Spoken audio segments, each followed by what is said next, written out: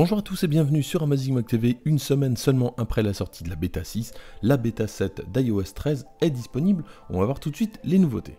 Globalement, pas de problème particulier, l'ensemble est plutôt fluide. Alors certes, il y a toujours les mêmes bugs avec VoiceOver dont je vous ai parlé lors de la bêta 6. Et puis pour répondre à des questions qui reviennent souvent, notamment on en discute avec Luigi et le Fourbe64, faut-il installer les bêtas?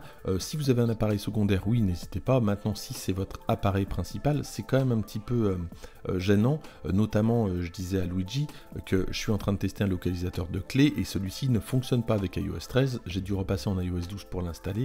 Donc si c'est une application que vous utilisez vraiment fréquemment, ça peut vraiment être gênant d'avoir une version bêta. Première nouveauté, elle concerne le centre de contrôle et si on a activé l'automatisation du mode sombre, donc au coucher, on va avoir une petite mention spéciale qui va s'afficher dans le centre de contrôle lorsqu'on va cliquer dans luminosité. Voilà, en bas à gauche, on va avoir directement cette information. On sait donc que le mode sombre est désactivé jusqu'au soir.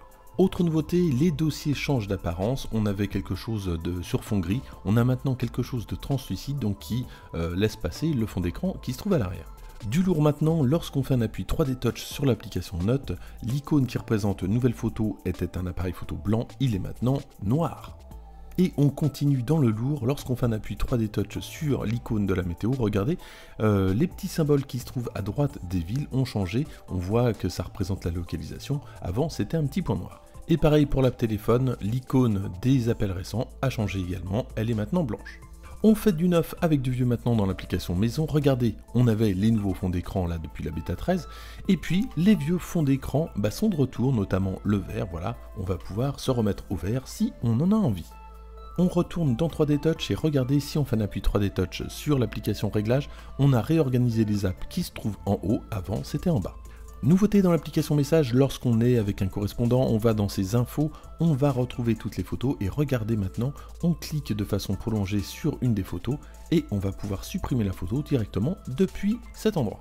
De nouvelles fonctionnalités concernant Mail, lorsqu'on va dans les réglages puis dans Mail, on a la possibilité de modifier les options concernant les expéditeurs bloqués et de savoir directement ce qu'on fait avec leur mail. Nouvelle fonctionnalité concernant l'application localisée dans l'onglet Moi tout en bas à droite, la possibilité d'ajouter un ami, tout simplement si un ami a perdu son iPhone par exemple, il va pouvoir le localiser depuis un autre iPhone, tout simplement, ça va renvoyer vers la page d'iCloud.com. Voilà pour les nouveautés d'iOS 13 bêta 7 sortie hier, le contrôle vocal est toujours uniquement en anglais, donc toujours pas de français. Globalement, le système est plutôt stable, faites attention quand même si vous l'installez sur votre appareil principal.